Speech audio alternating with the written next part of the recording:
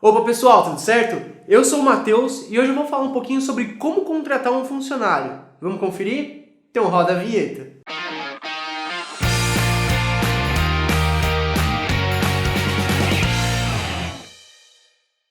Bom, vamos deixar bem claro aqui que esse vídeo ele não é feito para você achar uma faculdade ideal, achar a melhor faculdade e nem para falar qual o melhor curso voltado para determinada função. Esse vídeo ele é mais feito para você que quer conduzir uma entrevista, como vai conduzir essa entrevista. E aliás, se eu puder dar uma dica para vocês, tentem não focar tanto assim na faculdade, no curso que está fazendo, e foca mais nas experiências profissionais e pessoais desse cara e as competências dele. Tá bom? Dá uma analisada no perfil do cara, talvez seu resultado vai acabar sendo muito melhor do que simplesmente chamar um cara pela faculdade que ele fez. Beleza? Então vamos lá, vamos para os passos. O primeiro passo é a gente entender o objetivo do entrevistador, ou seja, quando ele vai para uma entrevista, o que ele precisa fazer ali dentro, quais os pontos que ele precisa saber e conhecer e analisar. O que a gente precisa saber disso? Bom, a gente precisa conhecer o candidato, a gente precisa analisar as competências e o perfil dele, a gente precisa saber tanto das experiências profissionais quanto pessoais desse cara, e a gente tem que passar o chaveco. O que seria passar o chaveco? É vender nosso peixe, falar da empresa pro cara e tentar convencer esse candidato de que a empresa que você trabalha é realmente muito boa. Bom, o segundo passo é focar em experiências passadas. O que eu quero dizer com isso? Raramente uma pessoa com aquele determinado comportamento e tendo agido com esse mesmo comportamento várias e várias vezes, vai mudar dali pra frente. É basicamente aquele negócio de pau que nasce torto, morre torto. Porque o que eu quero dizer com isso? Se você contratar um cara que já tem determinadas características e já age de uma forma específica ao longo do tempo, provavelmente é assim que ele vai ficar, entendeu? Então, analisa bem isso e foca bem nas experiências passadas desse cara. Fechou? Agora vamos falar um pouquinho sobre o item 3, que é avaliar as competências desse candidato. Como que a gente pode fazer isso? Bom, primeiro vamos evitar todo aquele negócio de fazer perguntas com sim ou não. Por que você, ao invés disso, não faz uma pergunta onde ele tenha que explicar uma situação que ele já vivenciou e já aplicou aquela competência? Como, por exemplo, ao invés de você chegar para uma pessoa e falar assim, você é proativo, que é óbvio que ele vai responder que sim, por que você não pergunta em que momento da sua vida você precisou ser proativo? Em qual experiência passada você já foi? Você pode contar um pouquinho sobre isso? E ele vai trazer essa situação e você vai conseguir ver uma experiência real onde ele já teve que aplicar essa competência. E isso pode te ajudar muito a saber se ele realmente tem aquela competência e se aquilo realmente faz parte dele, se aquele perfil é realmente o que você procura. Então agora o quarto ponto. Não vamos aumentar tanto assim os problemas que esse cara tem. O que eu quero dizer com isso? Todo mundo tem alguma coisa para melhorar, todo mundo tem alguma coisa que pode fazer diferente, sempre tem alguma experiência negativa que a gente já vivenciou e a gente já passou. Então tenta não focar tanto assim quando é da outra pessoa também. O candidato também tem pontos negativos, também tem defeitos como qualquer outra pessoa e qualquer outro funcionário, beleza?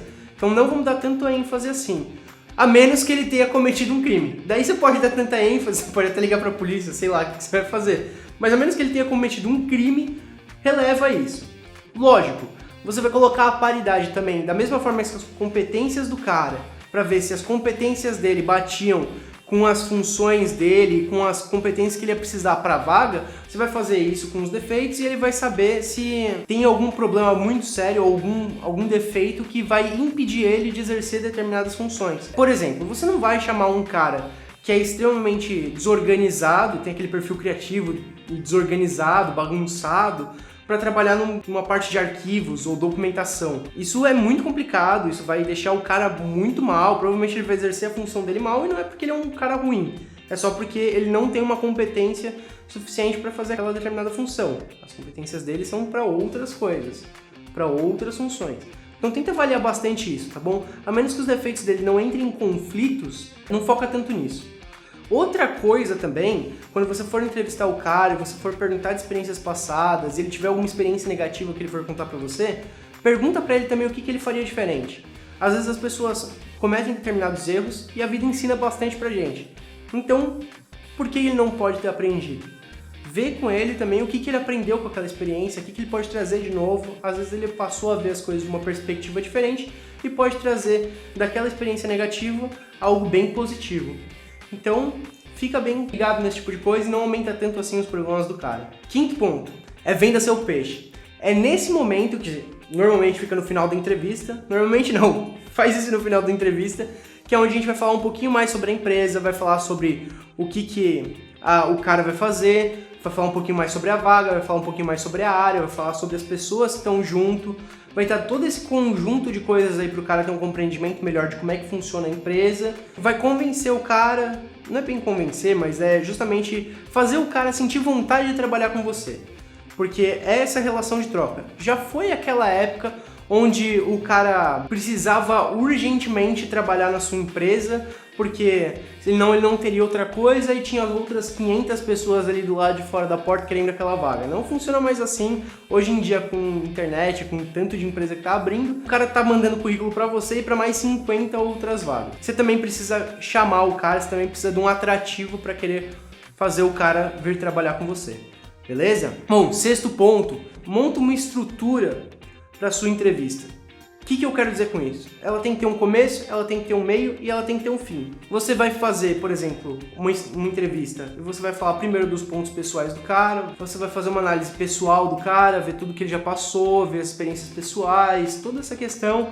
Depois você passa para a parte profissional, ver todas as experiências profissionais dele, ver as competências, ver os defeitos, ver o que ele pode fazer diferente, pedir para ele trazer aquelas situações ali onde ele possa falar das competências dele, onde que ele aplicou, todas aquelas coisas. E depois, por último, você vai fazer a conclusão da entrevista, que é onde você vai falar um pouquinho mais da empresa, vai passar aquele chaveco no cara, vai falar um pouquinho mais sobre como funciona a área que ele vai estar, ou a vaga que ele vai atuar, e falar também um pouquinho sobre as dúvidas que ele tem, ou seja, responder as dúvidas do candidato, ver o que ele tem, se ele ficou com dúvida, se ele não ficou, o que ele achou.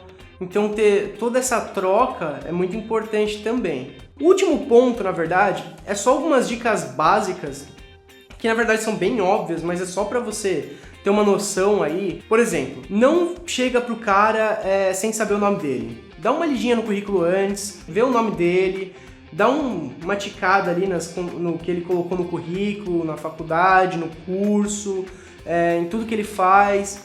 Na hora que você chegar lá para conversar com um cara, na hora que você vai falar com esse candidato, você já sabe o nome dele, você já cumprimenta ele já vai ter aquela relação um pouquinho mais próxima e diminui um pouco o nervosismo do cara. Tá bom? Isso é bem importante porque você consegue extrair melhor o que o cara tem de bom pra você. A segunda coisa que eu ia falar, só dessa dica, não faz o cara perder o tempo dele e nem você perder o seu, sabe? Não adianta nada, o cara pegou aquele metrô lotado, 2 horas de condução, pra chegar lá na entrevista e ficar 5 minutos conversando com você e você com aquela cara de bosta, sabe? Não precisa disso.